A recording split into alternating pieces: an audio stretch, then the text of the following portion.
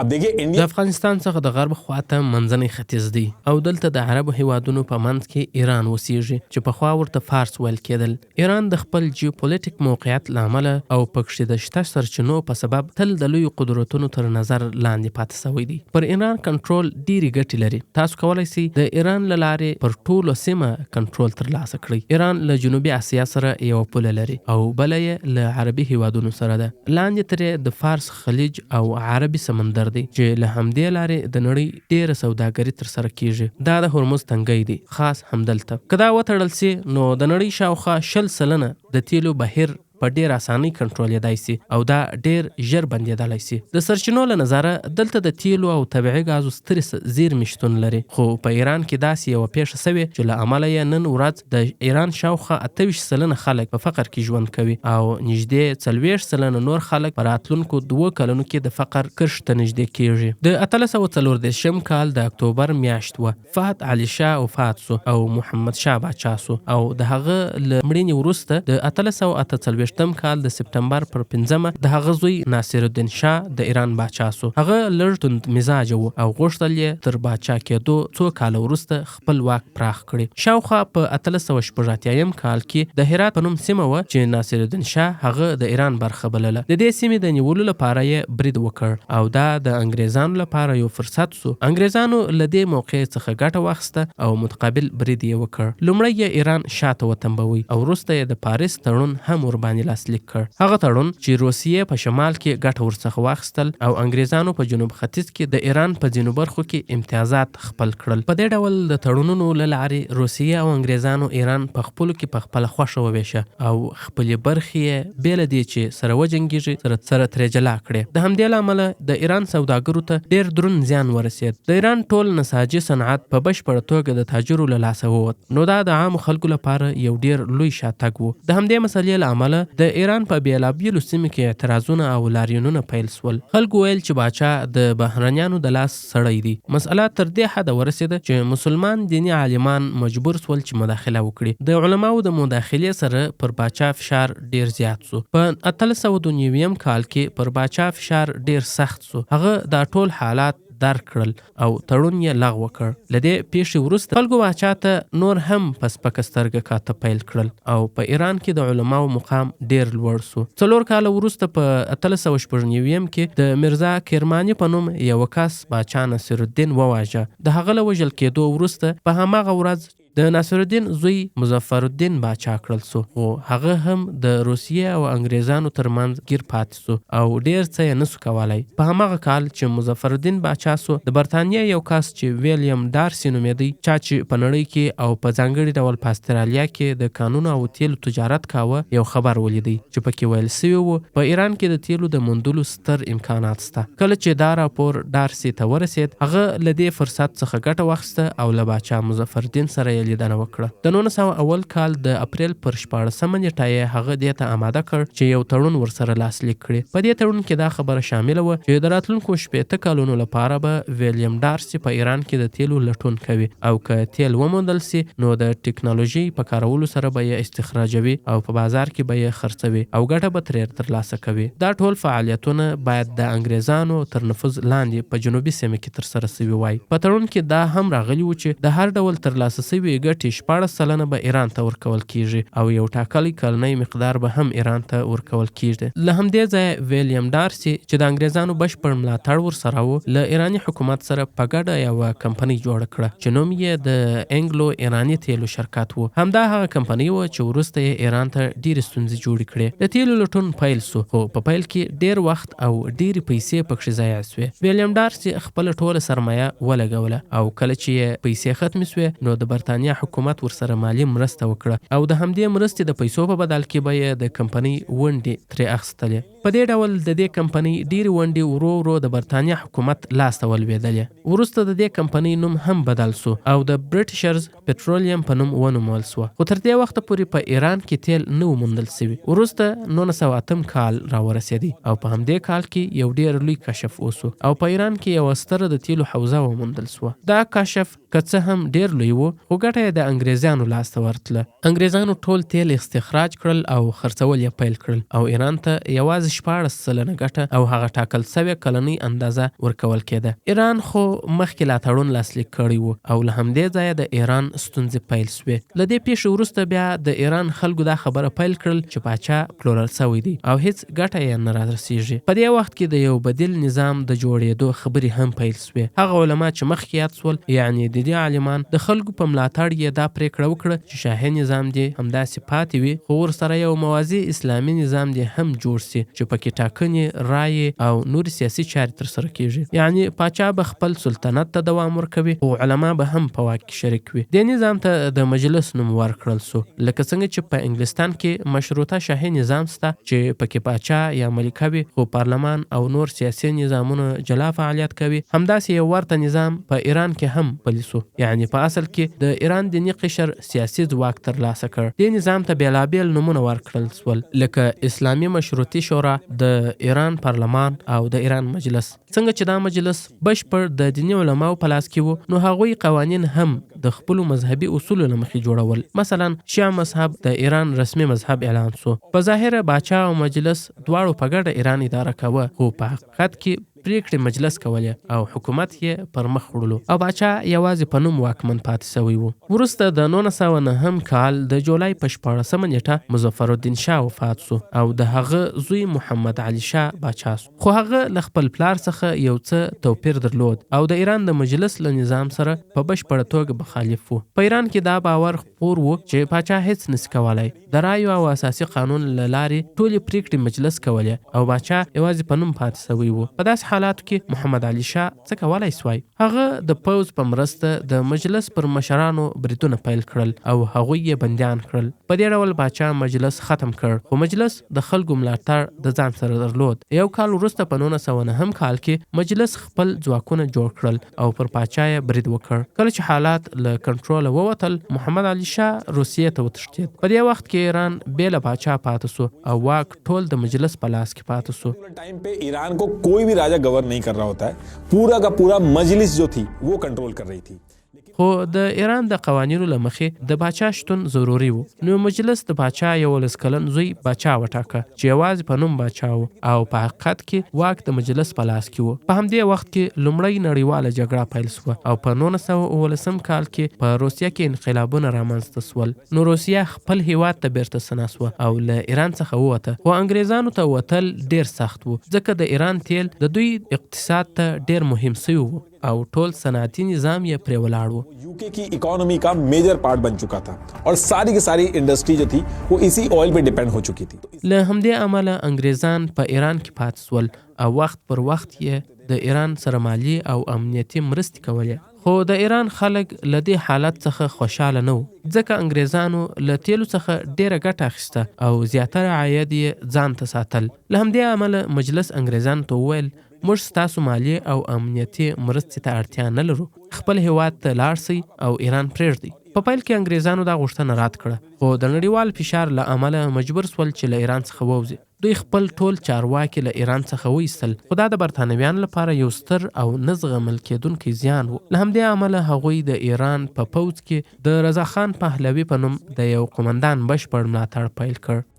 ब्रिटिशर्स क्या करते हैं, रेजा खान पहलवी को पूरा सपोर्ट करते हैं और رضا خان په ایران کې کودتا وکړه او باچا یې له واکه وغورځاوه او اروپا ته یې واستاوه. خو رضا خان پوهېدی چې مجلس د خلکو ملاتړ د ځان سره لري، نو هغه مجلس ختم نه کړ، بلکې هغه داسې وکړل چې د مجلس ځینې مشرانو ته یې پیسې ورکړې، د ځینو یې خپل ملاتړ وکړ، ځینې یې په خپلو کسانو بدل کړل او ځینې هغه چې د ده سره موافق نه وو هغوی یې ووژل. په دې ډول هغه د مجلس د ختمولو پر ځای د مجلس بشپړ کنټرول په خپل لاس کې واخیست او مجلس یې ډیر کمزوري کړ. په همدې وخت کې کله چې رضا خان پهلوي د ایران پاچا سو، د قاجار سلطنت پای ته ورسید او په ایران کې د پهلوي سلطنت پیل وسو. رضا خان تر ډیره د لویدیځ قدرتونو تر اغیز لاندې و، ځکه نو د یو سیکولر او ماډرن مشر په توګه راڅرګند سو او ایران یې په پراخه کچه غربي کړ. مثلا په 1928 کال کې پر نارینه‌وو د اروپایي لباس اغوستل اجباري کړل او غربي خولۍ یې هم لازمي کړه. په جوماتونو کې یې چوکۍ کېښودې او د ښځو ښځو لپاره یې د حجاب اغوستل منع کړل، ښځې یې کار کولو ته مجبوره کړې او هغوی ته یې دولتي دندې وسپارلې. ښځو ته اجازه ورکړل چې کافي شافونو او سینماو ته ولاړې سي. که وګورو نن په ایران کې حجاب ډیر دی، خو په هغه وخت کې ښځو په دې بربند ډول ژوند کاوه. دا د ایران د هغه وخت د باسکټبال د ښځینه ډلې انځورونه دي. هلکانو به هم په هغه وخت کې دا ډول جامې اغوستې. ان شاء الله ژر به په دې پوه سئ چې دا سیستم څه ډول دې ډول ته بدل سو. دا ټول غربګرایي د رضاخان د دورې پایله وه. هغه په انتخابي ډول دا ماډرنیزم او سیکولریزم عملي کړل، یوازې د خپلو ګټو او خواهش له مخې. پر رسنیو او مطبوعاتو یې بندیزونه ولګول، کارګر اتحادیې یې بندي کړې، سیاسي ګوندونه یې وځپل او مجلس یې کمزوري کړ. د رضاخان لویه ستونزه دا وه چې له یوې خوا یې غربګرایي روانه ساتلې وه او له بلې خوا یې مالیات زیات کړل. که څه هم د مالیاتو سره عاید زیات سو، خو د بېوزلو خلکو حالات ډیر خراب سو او د ژوند اړین توکي ترلاسه کول ورته ډیر ګران سول. له همدې امله بېوزله طبقه له رضاخان څخه هیڅ خوشحاله نه وه. په 1933 کال کې رضاخان د انګلو ایراني تیلو له شرکت سره تړون وکړ او د ایران برخه له 14 څخه 10 ته پورته سوه. همدارنګه هغه کلنۍ پیسې زیات سوې، خو د ایران عامو خلکو ته له دې هیڅ ګټه ونه رسېده، ځکه د ایران خلکو غوښتل چې پر خپلو تیلو بشپړ کنټرول ولري. د دې هر څه په منځ کې دوهمه نړیواله جګړه پیل سوه. برتانیا او شوروي اتحاد په یوه اړخ کې وو چې وروسته امریکا هم ورسره یو ځای سوه. دا درې واړه په یوه جبهه کې وو. ایران په دې ټوله جګړه کې بېطرفه وو، خو په داسې لویو جګړو کې بېطرفه هیوادونه ګوري چې څوک به بریالي کیږي. په پیل کې داسې ښکارېده چې جرمنۍ به جګړه وګټي، نو ایران له جرمني سره هم اړیکې پیل کړې او د هغه ملاتړ یې هم په پام کې نیولی و. رضاخان له جرمني سره د سوداګرۍ او د تیلو د استخراج په اړه خبرې پیل کړې او د جرمني ډیر ډیپلوماتان ایران ته راغلل. خو برتانیا او شوروي اتحاد د جرمني سخت مخالفین وو او نه یې غوښتل چې جرمني په ایران کې نفوذ پیدا کړي، ځکه که جرمني ایران ته داخل سي نو په جګړه کې به برتانیا او شوروي ته په لوجستیکي برخه کې یو ستر خنډ جوړ سي. همدارنګه که جرمني له ایران سره د تیلو تړون وکړي نو دا به د جرمني لویه ګټه وي چې امریکا، برتانیا او شوروي هیڅ کله دا نه غوښتل. په ځانګړي ډول برتانویان ډیر غوسه وه، ځکه هغوی خپل د تیلو صنعت په خطر کې لیدی. برتانیا او شوروي اتحاد ډیر هڅه وکړه چې ایران خانې کړي ترڅو جرمني له خپلې خاورې وباسي، خو د جرمني ایستل د ایران لپاره دومره اسانه کار نه و. په اصل کې ایران د جرمني، امریکا او شوروي اتحاد په څیر د سترو قدرتونو ترمنځ په بشپړ ډول ګیر پاتې شوی و. کله چې په خبرو نتیجې ته ونه رسېدل، برتانیا او شوروي اتحاد پر ایران برید وکړ. دا یو بشپړ پوځي یرغل و. هغوی دا پلمه کوله چې دا د جرمني پر ضد جګړه ده او باید جرمني له ایران څخه وباسي، کنه نو په جګړه کې به له لوی زیان سره مخامخ سي. ځکه د جګړې ډیری اکمالات یې لکه خواړه او وسلې د ایران له لارې تیریدل او که جرمني پر ایران واکمن سي نو دا به د برتانیا او شوروي لپاره لوی تاوان وي. حتی شونې وه جګړه یې هم بایللې وای. په همدې پلمه یې پر ایران برید وکړ. وروسته امریکا هم ایران ته داخله سوه ترڅو د برتانیا او شوروي سره د وسلو، خوړو او نورو توکو رسولو کې مرسته وکړي. په هغه وخت کې امریکا اکمالات د اورګاډي له لارې انتقالول او حتی خپل الوتکې هم د دوی د ملاتړ لپاره په ایران کې ښکته کړې.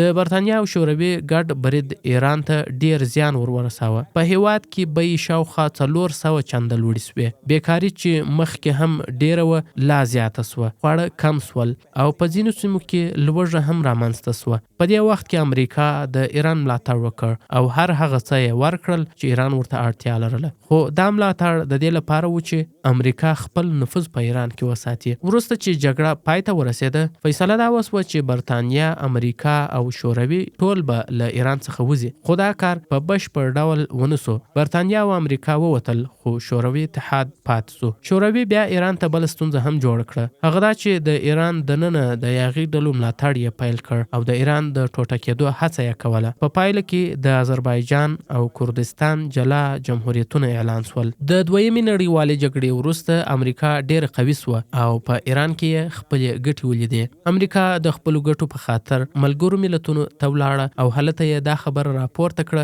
چې روسیې چې په ایران کې کومه مداخله کړې دا ناسم کار دی او باید ووځي. پر روسیې فشار راغی او هغه له ایران څخه ووته. کله چې دویمه نړیواله جګړه پای ته ورسېده، د ډیرو هیوادونو حالت خراب و او یوازې امریکا قوي پاتې وه. برتانیا هم د امریکا یو تابع هیواد وګرځېد او د نړۍ اصلي ځواک امریکا وګرځېده. وروسته په ایران امریکایي کمپنۍ هم ورګډې سوې او د تیلو په برخه کې یې 50 ونډې ترلاسه کړې. یعنی د ایران له تیلو څخه زیاته برخه ګټه اوس د امریکا په لاس کې هم راغله.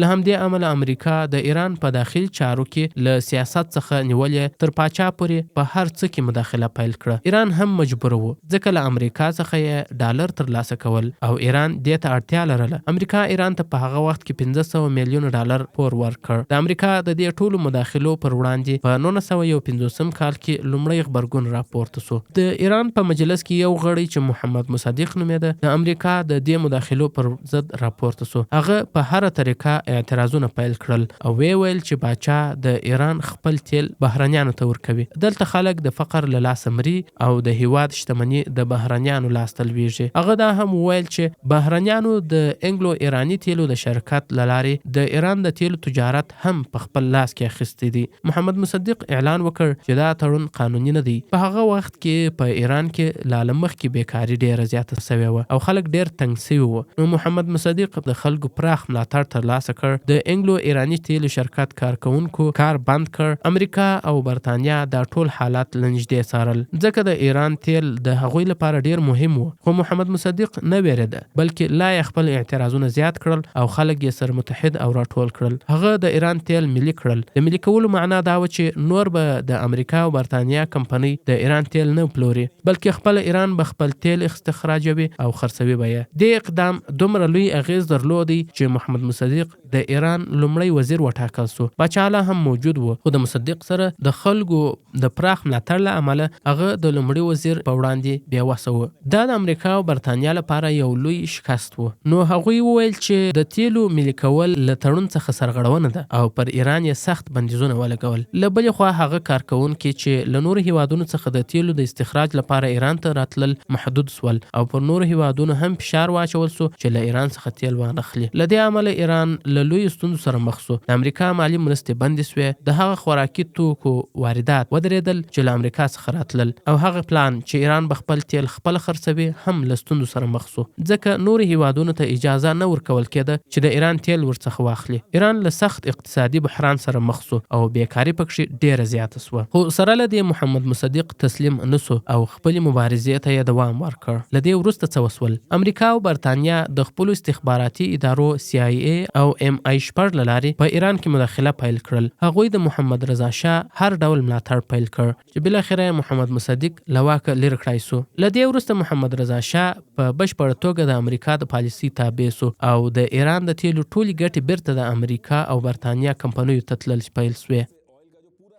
دلته تاسو دې تضاد ته فکر وکړئ. امریکا او لویدیځ تل د دیموکراسۍ او د بیان د ازادۍ چغې وهي خو دلته یې یو منتخب لومړی وزیر لرې کړ او پر ځای یې د باچاهۍ ملاتړ وکړ چې دا سراسر د دیموکراسۍ خلاف کار و. وروسته په 1963 کال کې دا وضعیت نور هم خراب سو او کړکېچ لا زیات سو او هغه څه چې محمد مصدق کړي وو بیا یو ځل تکرار سول. خو دا ځل یو بل شخصیت د امریکا پر ضد ودرېد. هغه آیت الله و. ما مخکې وویل چې هغه د شیعاګانو یو لوی دیني عالم ګڼل کېدی چې نوم یې آیت الله روح الله خمیني و او ده هم ویل چې په ایران کې د امریکا مداخله ډیره زیاته ده. پاچا له امریکا سره یو ځای د ایران تیل خرڅوي او د هیواد تیل د خلکو حق دی. مجلس یا پارلمان کمزوري سوی په ټاکنو کې درغلي کېږي او پاچا هر څه د خپلې خوښې له مخې پر مخ وړي. د دې هر څه په اړه به هغه پرلپسې ویناوې کولې او دا چې په ایران کې دیني عالمان په ټولنه کې ډیر اغیز لري نو ډیر ژر خلکو هم د هغه ملاتړ پیل کړ. کله چې پاچا ولیدل چې احتجاجونه